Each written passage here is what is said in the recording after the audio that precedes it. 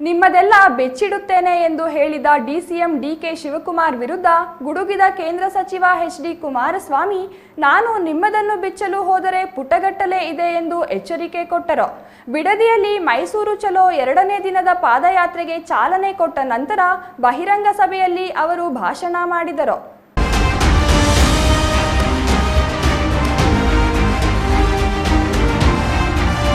ಬಿಡದಿಯಲ್ಲಿ ಮೈಸೂರು ಚಲೋ 2ನೇ ದಿನದ ಪಾದಯಾತ್ರೆಗೆ ಚಾಲನೆ ಕೊಟ್ಟ ನಂತರ ಬಹಿರಂಗ ಸಭೆಯಲ್ಲಿ ಮಾತನಾಡಿದ ಕೇಂದ್ರ ಸಚಿವ ಎಚ್.ಡಿ. ಕುಮಾರಸ್ವಾಮಿ, ಆ ಹೆಣ್ಣು ಮಗಳನ್ನು ಕಿಡ್ನಾಪ್ ಮಾಡಿ ಬೆದರಿಸಿ ಅವರಪ್ಪನಿಂದ ಸದಾಶಿವನಗರದಲ್ಲಿ ನಿವೇಶನ ಬರೆಸಿಕೊಂಡಿದ್ದೀರಿ. ಆ ಹೆಣ್ಣು ಮಗಳನ್ನು ಕಿಡ್ನಾಪ್ ಮಾಡಿ ಬೆದರಿಕೆ ಹಾಕಿದ್ದು ನೀವೇ ಅಲ್ವೇ? ಅದೇನೋ ಬಿಚ್ತೀನಿ ಅಂದ್ಯಲ್ಲಪ್ಪ, ಬಿಚ್ಚು ನೋಡೋಣ, ನಂದು ವಿಜಯೇಂದ್ರದ್ದು. ಆಮೇಲೆ ನಿನ್ನದನ್ನು ಹೇಗೆ ಬಿಚ್ಚುತ್ತೇನೆ ಎಂದು ನೋಡುವೆಯಂತೆ. ಏನಿದೆ ನಿಮ್ಮ ಬಳಿ ಬಿಚ್ಚಿ, ನಾನಿರೋದು ಬೀದಿಯಲ್ಲಿ, ನೀನಿರೋದು ಗಾಜಿನ ಮನೆಯಲ್ಲಿ ಎಂದು ಡಿಕೆಶಿ ವಿರುದ್ಧ ಎಚ್.ಡಿ.ಕೆ ವಾಗ್ದಾಳಿ ನಡೆಸಿದ್ರು. ನಾನು ಬಿಚ್ಚೋಕೆ ಹೋದ್ರೆ ನಿಮ್ಮದು ಪುಟಗಟ್ಟಲೆ ಇದೆ. ಅಜ್ಜಯ್ಯನ ಬಗ್ಗೆ ಈ ಡಿಕೆ ಶಿವಕುಮಾರ್ಗೆ ಭಕ್ತಿ ಗೌರವ ಇದ್ದರೆ ಪ್ರಮಾಣ ಮಾಡಲಿ. ಅಜ್ಜಯ್ಯನ ಬಗ್ಗೆ ನನಗೆ ಗೌರವ ಭಕ್ತಿ ಎರಡೂ ಇದೆ. ನಾನು ಪ್ರಾಮಾಣಿಕವಾಗಿ ಬೆಳೆದು ಬಂದಿದ್ದೇನೆ ಎಂದು ಅವರ ಮೇಲೆ ಪ್ರಮಾಣ ಮಾಡಲಿ. ನಾನು ಪ್ರಮಾಣ ಮಾಡುತ್ತೇನೆ ಎಂದು ಎಚ್.ಡಿ.ಕೆ ಡಿಸಿಎಂ ಡಿಕೆಶಿಗೆ ನೇರ ಸವಾಲು ಹಾಕಿದ್ರು. ಈ ಡಿಕೆಶಿಗೆ ಅಜ್ಜಯ್ಯನ ಶಾಪವೂ ಆರಂಭವಾಗಿದೆ. ಎಷ್ಟು ಮನೆಗಳನ್ನು ಒಡೆದು ನೀವು ಬೆಳೆದಿದ್ದೀರಿ ಎಂದು ನನಗೆ ಗೊತ್ತಿದೆ. ನಾನು ಏನೂ ಮಾಡಿಯೇ ಇಲ್ಲ, ಸ್ವಚ್ಛನಾಗಿದ್ದೇನೆ ಎಂದು ಅಜ್ಜಯ್ಯನ ಮುಂದೆ ನಿಂತು ಪ್ರಮಾಣ ಮಾಡಲಿ ಎಂದು ತಿಳಿಸಿದರು. ನಾನು ಯಾರಿಗೂ ದ್ರೋಹ ಮಾಡಲಿಲ್ಲ, ಮಾಡುವುದೂ ಇಲ್ಲ. ಜನರ ಆಶೀರ್ವಾದವೇ ನನ್ನ ಬಲ, ಅದೇ ನನ್ನ ಬೆಳೆಸಿದೆ. ನಾನು ಯಡಿಯೂರಪ್ಪ ಅವರಿಗೂ ದ್ರೋಹ ಮಾಡಲಿಲ್ಲ. ಆ ಸಂದರ್ಭದಲ್ಲಿ ಅನಿವಾರ್ಯ ಕಾರಣಗಳಿಂದ ಅಧಿಕಾರ ಹಂಚಿಕೆ ಆಗಲಿಲ್ಲ. ನಾನು ಯಡಿಯೂರಪ್ಪ ಅವರಿಗೆ ಯಾವತ್ತೂ ದ್ರೋಹ ಮಾಡಿಲ್ಲ. ಬಿಜೆಪಿ ಜೆಡಿಎಸ್ ಮೈತ್ರಿ ಕಾಂಗ್ರೆಸ್ ನಿದ್ದೆಗೆಡಿಸಿದೆ. ಅದಕ್ಕೆ ಶಿವಕುಮಾರ್ ನಮ್ಮ ಮೈತ್ರಿ ಬಗ್ಗೆ ಹೊಟ್ಟೆ ಉರಿ ಅನುಭವಿಸುತ್ತಿದ್ದಾರೆ ಎಂದು ಕೇಂದ್ರ ಸಚಿವರು ಆಕ್ರೋಶ ವ್ಯಕ್ತಪಡಿಸಿದರು. ನನಗೆ ಮತ್ತೆ ಅಧಿಕಾರಕ್ಕೆ ಬರುವ ಆಸೆ ಇಲ್ಲ. ಈಗಾಗಲೇ ನಾನು 2 ಸಲ ಸಿಎಂ ಆಗಿದ್ದೇನೆ. ಆದರೆ ರಾಜ್ಯಕ್ಕೆ ಒಳ್ಳೆಯದಾಗಬೇಕು. ನಾನು ಅಧಿಕಾರ ಕೇಳಿ ನಿಮ್ಮ ಬಳಿ ಬಂದಿರಲಿಲ್ಲ. ನೀವೇ ಗೋಗರೆದು ಸಿಎಂ ಮಾಡಿದ್ರಿ ಶಿವಕುಮಾರ್. ನೀವು ಮರೆತು ಹೋಗಿದ್ದೀರಿ. ಒಮ್ಮೆ ನೆನಪು ಮಾಡಿಕೊಳ್ಳಿ ಎಂದು ಡಿಕೆಶಿಗೆ ಟಾಂಗ್ ಕೊಟ್ಟರು. ಡಾಕ್ಟರ್ ಮಂಜುನಾಥ್ ಅವರು ಡಾಕ್ಟರ್ ಕೆಲಸ ಮಾತ್ರ ಮಾಡ್ತಿಲ್ಲ, ಅವರೆಲ್ಲೂ ರಾಜಕೀಯದ ರಕ್ತ ಹರಿಯುತ್ತಿದೆ. ಅವರ ಬಗ್ಗೆಯೂ ಶಿವಕುಮಾರ್ ಮಾತಾಡಿದ್ದಾರೆ. ಅವರ ಹತಾಶೆ ನಿರಾಶೆ ನನಗೆ ಅರ್ಥ ಆಗುತ್ತದೆ ಎಂದು ತಿರುಗೇಟು ಕೊಟ್ಟರು. ಗೃಹ ಸಚಿವರಾಗಿ ಒಬ್ಬ ದಲಿತ ಪೊಲೀಸ್ ಅಧಿಕಾರಿ ರಕ್ಷಣೆ ಮಾಡಲು ಪರಮೇಶ್ವರ್ ಅವರಿಂದ ಆಗಲಿಲ್ಲ.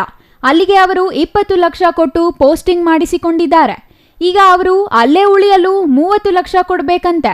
ಒಬ್ಬ ಪೊಲೀಸ್ ಅಧಿಕಾರಿಯನ್ನೇ ರಕ್ಷಣೆ ಮಾಡಲಾಗದ ಈ ಸರ್ಕಾರಕ್ಕೆ ಜನರ ರಕ್ಷಣೆ ಮಾಡಲು ಸಾಧ್ಯವೇ ಎಂದು ಕೇಂದ್ರ ಸಚಿವರು ಪ್ರಶ್ನೆ ಮಾಡಿದರು. ದಲಿತರಿಗೆ ಸೇರಬೇಕಾದ 68 ಎಕರೆ ಜಮೀನು ಡಿಸಿಎಂ ಲಪಟಾಯಿಸಿದ್ದಾರೆ. ದಲಿತರಿಗೆ ಸಿಗಬೇಕಾದ ನಿವೇಶನಗಳನ್ನು ಡಿಕೆ ಶಿವಕುಮಾರ್ ಹೊಡೆದುಕೊಂಡಿದ್ದಾರೆ. ಅಸಲಿ ಸೊಸೈಟಿಯನ್ನು ನಕಲಿ ಮಾಡಿ ದಲಿತರ ಭೂಮಿ ಲಪಟಾಯಿಸಿದ್ದಾರೆ. ಇವರ ಬಳಿ ನಾನು ಹೇಳಿಸಿಕೊಳ್ಳುವ ಅಗತ್ಯ ಇಲ್ಲ. ನಾನು ಸಿನಿಮಾ ವಿತರಕನಾಗಿದ್ದಾಗ ಭೂಮಿ ಖರೀದಿಸಿದೆ. ಕೇತಗಾನಹಳ್ಳಿಯಲ್ಲಿ ನಾನು ಚಲನಚಿತ್ರ ಪ್ರದರ್ಶಕನಾಗಿದ್ದಾಗ ಚುನಾವಣೆಗೆ ನಿಲ್ಲುವ 15 ವರ್ಷಗಳ ಹಿಂದೆ 45 ಎಕರೆ ಜಮೀನು ತಗೊಂಡಿದ್ದೇನೆ. ಇದನ್ನು ನಾನು ಎಲ್ಲೂ ಮುಚ್ಚಿಟ್ಟಿಲ್ಲ. ಯಾರಿಗೂ ಮೋಸ ಮಾಡಲಿಲ್ಲ. ನಾನು ವಂಚನೆ ಮಾಡಿ ಭೂಮಿ ಖರೀದಿಸಿದ್ರೆ ರಾಜಕೀಯ ನಿವೃತ್ತಿ ಹೊಂದುತ್ತೇನೆ ಎಂದು ಸವಾಲು ಹಾಕಿದ್ರು.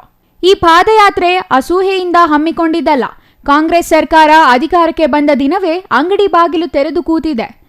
ಗ್ಯಾರಂಟಿಗಳಿಂದ ಬದಲಾವಣೆಗಳನ್ನು ತಂದಿದ್ದೇವೆ ಅನ್ಕೊಂಡಿದ್ದೇವೆ. ಗ್ಯಾರಂಟಿಗಳಿಂದ ರಾಜ್ಯವನ್ನು ದರಿದ್ರದತ್ತ ತೆಗೆದುಕೊಂಡು ಹೋಗಿದ್ದಾರೆ. ಮಂತ್ರಿಗಳಲ್ಲಿ ಭ್ರಷ್ಟಾಚಾರ ನಡೆಸಲು ಪೈಪೋಟಿ ನಡೀತಿದೆ ಎಂದು ಕುಮಾರಸ್ವಾಮಿ ಆರೋಪಿಸಿದರು.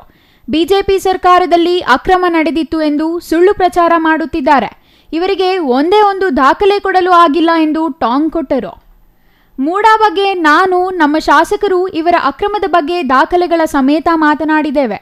ಮೈಸೂರು ನಗರದ ಉಸ್ತುವಾರಿಯನ್ನು ಸಿಎಂ ಅವರೇ ವಹಿಸಿಕೊಂಡಿದ್ದಾರೆ. ಸಿಎಂ ತಮ್ಮ ಪತ್ನಿ ಹೆಸರಲ್ಲಿ 15 ಸೈಟ್ ಪಡೆಯಲು ನಮ್ಮ ವಿರೋಧ ಇಲ್ಲ.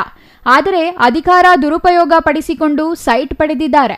ಇಲ್ಲಿ ನಿಂಗ, ಜವರ, ದೇವರಾಜ, ದಲಿತ ಅನ್ನೋ ಪ್ರಶ್ನೆ ಇಲ್ಲ. ನಕಲಿ ದಾಖಲೆ ಸೃಷ್ಟಿಸಿ 15 ಸೈಟ್ಗಳನ್ನು ತಗೊಂಡಿದ್ದಾರೆ. ಇದನ್ನು ಸಿಎಂ ಕಾನೂನು ಬಾಹಿರವಾಗಿ ತಗೊಂಡಿದ್ದಾರೆ ಎಂದು ಕುಮಾರಸ್ವಾಮಿ ದೂರಿದರು. ಡಿಸಿಎಂ ಡಿಕೆ ಶಿವಕುಮಾರ್ ಏನು ಪ್ರಶ್ನೆಗಳನ್ನು ಹಾಕಿದರೋ ಅದಕ್ಕೆ ಉತ್ತರ ಕೊಡಲು ಇಲ್ಲಿದ್ದೇನೆ.